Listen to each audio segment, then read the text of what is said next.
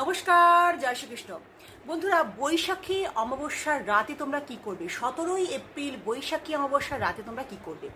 অবশ্যই কিন্তু তোমরা পিতৃপুরুষকে জল দান করো, অর্থাৎ তর্পণ করো। তর্পণ কখন হয়? সূর্য ডোবার পরে কিন্তু তর্পণ হয় না। সূর্য যে সময় ডুবছে তার 5 থেকে 10 মিনিট আগে শুদ্ধ জল নাও, তাতে একটু কালো তিল নাও, একটু বাতাসা নাও, ধীরে ধীরে তোমার পূর্বপুরুষের উদ্দেশ্যে সেটা কিন্তু অবশ্যই তর্পণ করো, জল দান করো।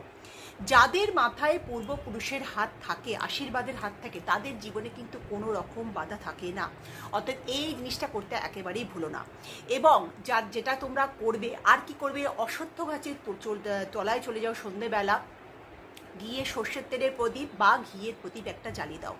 এর মাধ্যমেও কিন্তু তোমাদের জীবনে সুখ শান্তি নেমে আসবে, বাধা বিপত্তি কাটবে।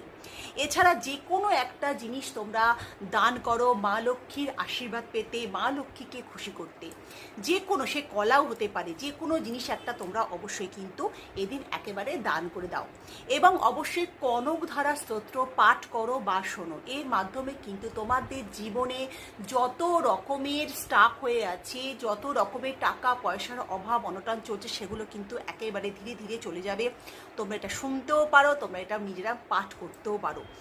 যাদের জীবন এই জিনিসগুলোতে ভরে আছে, সুখ শান্তি একেবারে নেই, তারা এই জিনিসগুলো অবশ্যই করবে।